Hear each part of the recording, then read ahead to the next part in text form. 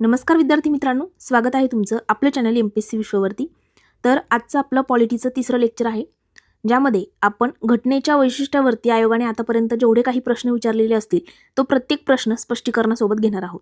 आता तुम्ही ॲपमध्ये बघा, आपण ॲपमध्ये पॉलिटी, हिस्ट्री, आता काही मुलांचे डाऊट आहेत की ही बॅच जी आहे तर ही म्हणजे टोटल 5 सब्जेक्टची 999ला आहे की प्रत्येक सब्जेक्ट वाईज आहे। तर मित्रांनो पूर्ण 21,000 जे आहेत ना, हे सगळेचे सगळे 21,000 प्रश्न हे 999 मध्ये आहे। तर हे लक्षात घ्या। आणि ॲपमध्ये जर तुम्ही गेलात तर तिथे 5 सब्जेक्टच्या 5 प्लेलिस्ट आहेत। पॉलिटी, त्यानंतर म्हणजे फोल्डर केलेले आहेत, पॉलिटी, हिस्ट्री, जिओग्राफी, सायन्स वगैरे। प्रत्येक याच्यामध्ये तुम्हाला लेक्चर्स फोल्डर वाईज त्या ठिकाणी मिळेल आणि PDF सुद्धा तुम्ही डाउनलोड करू शकता। तर बघा, तुमचा थोडा वेळ न घेता आपण आपल्या लेक्चरला सुरुवात करूया। पहिलं आपलं लेक्चर आहे आजचा आपला तिसरा टॉपिक आहे घटनेची वैशिष्ट्ये। आपला ऐतिहासिक पार्श्वभूमी झाला, ज्यामध्ये आपण त्या ठिकाणी कायदे बघितले। दुसरा टॉपिक होता घटनेची निर्मिती, ज्यामध्ये भरपूर गोष्टी आपण जसं अधिवेशन वगैरे 11 सत्र झाली होती, पहिलं कधी, शेवटचं कधी, मसुदा समिती, भरपूर वेगवेगळ्या समित्या होत्या ज्याचे अध्यक्ष, उपाध्यक्ष, या सगळ्या गोष्टी आपण बघितल्या। आता आपल्या घटनेच्या वैशिष्ट्यामधलं पहिलं त्या ठिकाणी पहिलाच प्रश्न आहे, राज्यसेवा मुख्य जानेवारी 2024ला विचारलाय, भारतीय संसदीय शासनाची वैशिष्ट्ये कोणती आहे? आता आपण मागे अध्यक्ष प्रणाली आणि संसदीय बघितली होती, आपण संसदीय प्रणाली स्वीकारलेली आहे। तर विचारले की त्याच्यामधली म्हणजे कोणती लक्षणं आहेत संसदीय प्रणालीची? तर मित्रांनो बघा, नाममात्र आणि वास्तविक कार्यकारी अधिकारी यांचे अस्तित्व असतं। म्हणजे नाममात्र प्रमुख कोण असतो? राष्ट्रपती, आणि वास्तविक कार्यकारी कोण असतो? पंतप्रधान, हे बरोबर। कार्यकारी मंडळाची विधिमंडळास सामूहिक जबाबदारी, हे पण बरोबर। पंतप्रधानाचं नेतृत्व असतं का? बरोबर। कनिष्ठ सभागृहाचं विसर्जन होतं का? यस, हे पण बरोबर। आणि बघा, बहुमतधारी पक्षाची सत्ता असते का? तर हे पण बरोबर। बघा, संसदीय पद्धतीमध्ये राष्ट्रपती जे असतात ते नाममात्र प्रमुख असतात, पण प्रत्यक्ष सत्ता ही कुणाच्या हातात असते? पंतप्रधानाच्या। पंतप्रधान हे वास्तविक प्रमुख असतात। पर्याय 2 का बरोबर आहे? कारण कलम 75 नुसार मंत्रिमंडळ म्हणजेच कार्यकारी मंडळ सामूहिकरित्या लोकसभेला म्हणजेच विधिमंडळाला जबाबदार असते। बघा, आता आपल्याला इथे काय दिले? कार्यकारी मंडळाची विधिमंडळास सामूहिक जबाबदारी। आपल्याला कार्यकारी मंडळ म्हणजेच मंत्रिमंडळ हे सामूहिकरित्या लोकसभेला उत्तरदायी असते किंवा जबाबदार असते असं जर विचारलं, पुढच्या वेळेला कलम विचारलं तर कलम 75 आहे, हे लक्षात ठेवा। नंतर बाकीचे ऑप्शन पण संसदीय पद्धतीमध्ये पंतप्रधानाचं नेतृत्व असतं, बहुमत असलेल्या पक्षाची सत्ता असते आणि पंतप्रधानाच्या सल्ल्यानं राष्ट्रपती कनिष्ठ सभागृह म्हणजेच लोकसभेचं विसर्जन सुद्धा करू शकतात। त्यानंतर पुढे आता लोकसभेचा कार्यकाळ काय, राज्यसभेचा काय, हे सगळं ह्या लेक्चरमध्ये तुमचं कव्हर होईल। बघा, दुसरा प्रश्न, कायद्याचे राज्य या तत्वाचे जनक कोण असं विचारले? तर कायद्याच्या राज्याचं जनक जे आहे सर एडवर्ड कोक यांना मानलं जातं। बघा सर, आता पहिला ऑप्शन आपला आहे न्यायमूर्ती PN भगवती। PN भगवती हे भारतातील जनहित याचिका आणि लोक त्या ठिकाणी न्यायालयाचे जनक मानले जातात। आता आपल्याला टॉपर जेव्हा सांगतात की तुम्ही PYQचं ॲनालिसिस करा, आता जेव्हा तुम्ही हा प्रश्न तुमच्या समोर येईल ना, त्यावेळेला तुम्हाला प्रश्न पडेल की हा प्रश्न आला कुठून, आणि त्याचं उत्तर आपल्याला एवढंही माहिती, पण बाकीची माहिती तुम्हाला बाकी कुठेही कोणतेही क्लास घ्या तुम्ही सांगणार नाही कुणी। त्यामुळे बाकीचे 3 ऑप्शनची माहिती तुम्हाला या लेक्चरमध्ये मिळेल। बघा, न्यायमूर्ती PN भगवती, PN भगवती यांच्याबद्दल जर आला नेक्स्ट टाइम, तर भारतातील जनहित याचिका आणि लोक कल्याणाचे जनक मानलं जातं कुणाला? न्यायमूर्ती PN भगवती यांना। रूल ऑफ लॉ, कायद्याचं राज्य, ही संकल्पना मूळतः सर एडवर्ड कोक यांनी मांडलेली आहे आणि पुढे AV डायसी यांनी ती विकसित केली। आणि 3 आणि 4 चुकीचं आहे, कारण हे विचारवंत कायद्याच्या राज्यांच्या मूळ संकल्पनेचे जनक मानले जात नाही। कोण? होम्स आणि रिचर्ड। चला, तिसरा आपला प्रश्न, राज्यपालाच्या नियुक्तीबाबत संविधान सभेने खालीलपैकी कोणत्या मॉडेलचा स्वीकार केला? आता हे आपण मागच्या 2 लेक्चरमध्ये कालचं लेक्चर पूर्ण केलं असेल तर कॅनडाचं मॉडेल आपण पूर्ण मुखपाठ करून घेतलं होतं तुमचं। बघा, ज्या वेळेला राज्यपालाची केंद्रातर्फे नियुक्ती होईल ना, हे वाक्य जर आलं तर कॅनेडियन मॉडेल आहे, एवढं लक्षात ठेवायचं। बघा, पर्याय 1 चुकीचा आहे, अमेरिकन मॉडेल चुकीचं आहे, कारण अमेरिकेमध्ये राज्यपाल हा थेट जनतेद्वारे निवडले जातात, ते भारतामध्ये स्वीकारलेले म्हणजे भारतामध्ये असं काय आहे का आपण राज्यपाल आपण निवडून देतो का जनता? नाही। त्यामुळे पर्याय 1 चुकीचा। दुसरा बरोबर आहे, कारण भारताने कॅनडाच्या धर्तीवरती केंद्र सरकारद्वारे राष्ट्रपतींमार्फत राज्यपालांची नियुक्ती करण्याची पद्धत जी आहे ती स्वीकारली आहे। म्हणजे हे एक एकात्मक वैशिष्ट्य झालं, हे लक्षात घ्या। संघराज्यात्मक वैशिष्ट्य आणि एकात्मक वैशिष्ट्य दोन्ही पण मागच्या लेक्चरमध्ये मी त्या ठिकाणी काय केलं होतं? एक्सप्लेन केलं होतं। त्यानंतर त्या ठिकाणी जर्मनीचं मॉडेल, बघा, ऑस्ट्रेलिया किंवा जर्मनीकडून ही पद्धत स्वीकारलेली नाही। मग यांच्याकडनं काय काय स्वीकारलं हे सुद्धा मागच्या लेक्चरमध्ये बघितलं। तर ऑस्ट्रेलियाकडनं आपण समवर्ती सूची घेतली, दोन्ही सभागृहांची संयुक्त बैठक कलम 108, त्यानंतर व्यापार आणि वाणिज्य स्वातंत्र्य हे आपण बघितलं होतं। चला पुढे चौथा प्रश्न आहे, जोड्या लावा. संघ पद्धतीचे स्वरूप. बघा पर्याय, आता इथे बघा प्रत्येकच PDF मध्ये यांनी असं केले, हे जे आहेत या पद्धतीने पाहिजे होते आणि हे इकडे जाऊ द्या, आता समजून घ्या. तर बघा केसी व्हियर जे आहेत, केसी व्हियर म्हणजे संघराज्याला कुणी काय म्हटलं होतं याच्यावरती प्रश्न आहे. आणि हे आपण मागच्या लेक्चरमध्ये याच्यातल्या अर्ध्या लोकांचं तर मी तुम्हाला तोंडीच सांगितलं होतं. मॉरिस जॉन्सन यांचं सांगितलं होतं. बघा मॉरिस जोन्स यांचं सांगितलं होतं, ग्रॅनविल ऑस्टिन यांचं सांगितलं होतं. मॉरिस जोन्स यांचं सौदेबाजीचं किंवा वाटाघाटीचं संघराज्य सांगितलं होतं. काय? सौदेबाजीचं संघराज्य किंवा वाटाघाटीचं संघराज्य. बचं 3 आहे. बचं 3 असणारा पर्याय बघा, इथं बचं 4 आहे, हा पर्याय गेला. इथे बचं 3 आहे, हा पर्याय आहे, हा पण आहे, हा पण आहे, एक कट झाला. ग्रॅनविल ऑस्टिन यांनी काय म्हटले तर सहकारी संघराज्य. ग्रॅनविल ऑस्टिन यांनी सहकारी. आता इथे डचं 2 असणारा पर्याय इथं 1 आहे, कट झाला. इथे पण 1 आहे बघा, पर्याय नंबर 4 त्याचा ऑप्शन असेल. आता पाठ करून घ्या. केसी व्हियर यांनी भारतीय संघराज्याला अर्ध संघराज्य.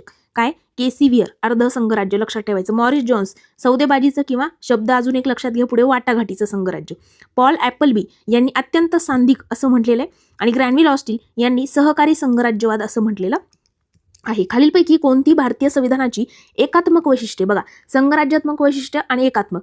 आता आपल्याला माहिती आहे की ऐतिहासिक पार्श्वभूमी, घटनेची निर्मिती आणि घटनेची वैशिष्ट्ये या 3 टॉपिकवरती आयोगाचे 2 प्रश्न फिक्स असतात.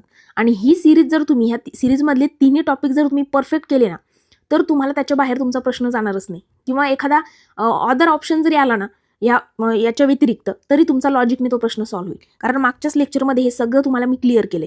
खालीलपैकी कोणती भारतीय संविधानाची एकात्मक वैशिष्ट्य? आता संघराज्यात्मक वैशिष्ट्ये असतात, एकात्मिक वैशिष्ट्ये असतात. एकात्मिक वैशिष्ट्य म्हणजे काय असतं? सत्ता एकाकडे हस्तांतरित केली जाते. जसं की राज्यपालाची नियुक्ती ही केंद्रातर्फे होते, म्हणजे ही एकात्मिक वैशिष्ट्य झालं.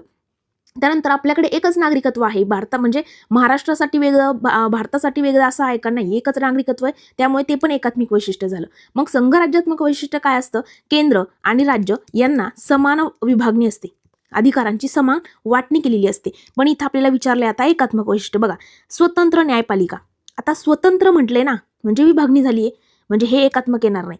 सत्तेचं विभाजन येईल, कारण दोघांना हे केलेलं आहे. एकात्मिक न्यायपालिका येईल का याच्यामध्ये?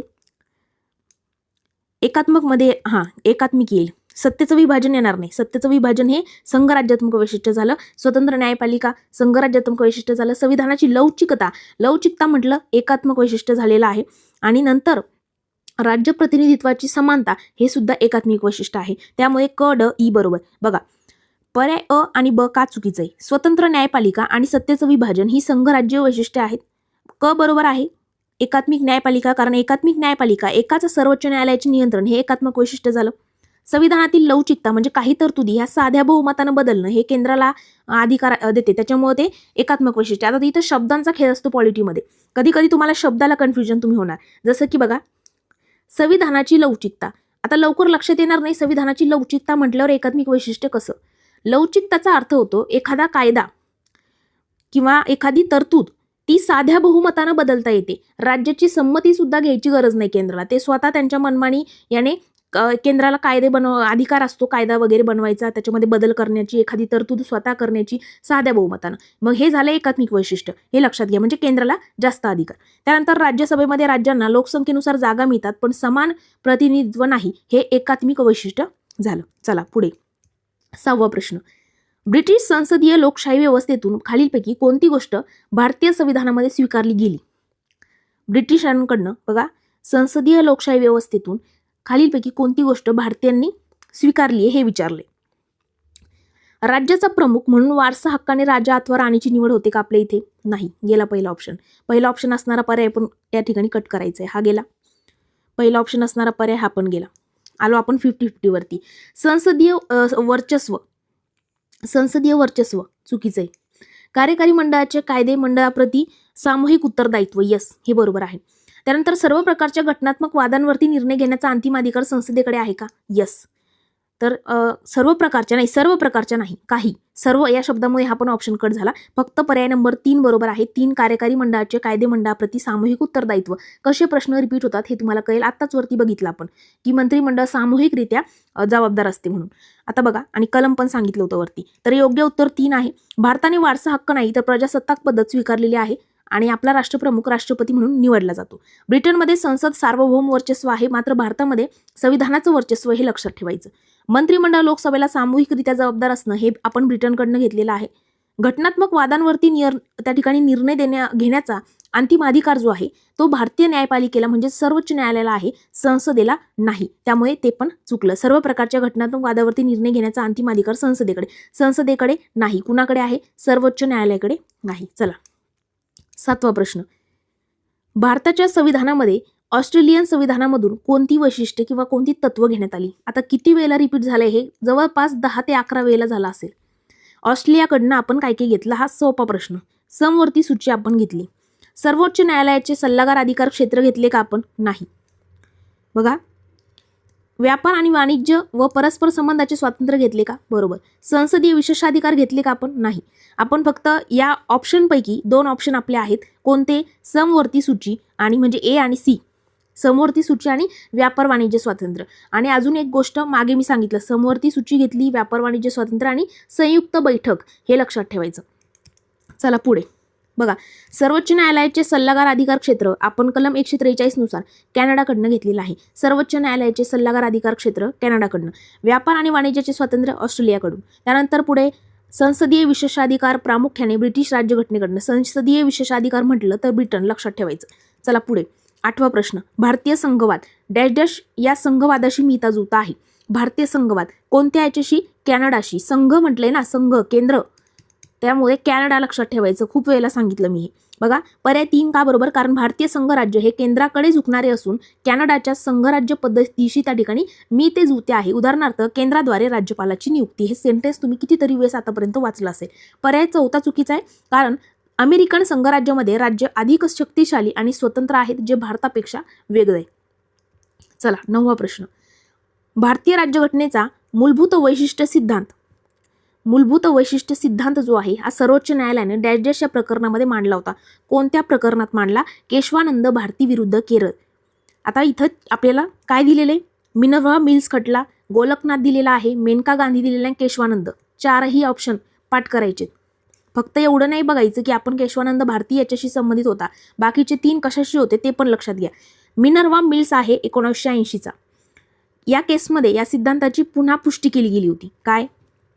चला आपण एकदा सगळे ऑप्शन वाचू, मग आपण सिरियलनुसार बघू. गोलकनाथ खटला आहे 1967चा. केस गोलकनाथ केस जी आहे ती मूलभूत हक्कांच्या दुरुस्तीशी संबंधित होती. केशवानंद भारती विरुद्ध केरळ या ऐतिहासिक निकालामध्ये सर्वोच्च न्यायालयानं राज्यघटनेच्या मूलभूत चौकटीचा सिद्धांत मांडला होता. बघा, मिनर्वा मिल खटल्यामध्ये या सिद्धांताची पुन्हा पुष्टी झाली. गोलकनाथ खटल्यामध्ये मूलभूत हक्कांच्या दुरुस्तीशी संबंधित म्हणजे फक्त ही केस त्याच्याशी संबंधित होती, मात्र सिद्धांत कोणत्या याच्यात मांडला गेला होता? केशवानंद भारती विरुद्ध केरळ. पुढे जर परत उल्लेख आला आपण परत रिकॉल करू. चला, खालीलपैकी कोणती वैशिष्ट्ये भारतीय संघराज्य आणि अमेरिकन संघराज्य या दोघांसाठी समान आहेत? म्हणजे आपल्या भारतामध्ये तर तरतूद आहे आणि सोबत अमेरिकेमध्ये सुद्धा ती तरतूद आहे. अशी कोणतीही विचारलं. संविधानाचा अर्थ लावण्यासाठी फेडरल सर्वोच्च न्यायालय ही तरतूद. बघा, दुहेरी न्यायव्यवस्था आहे का?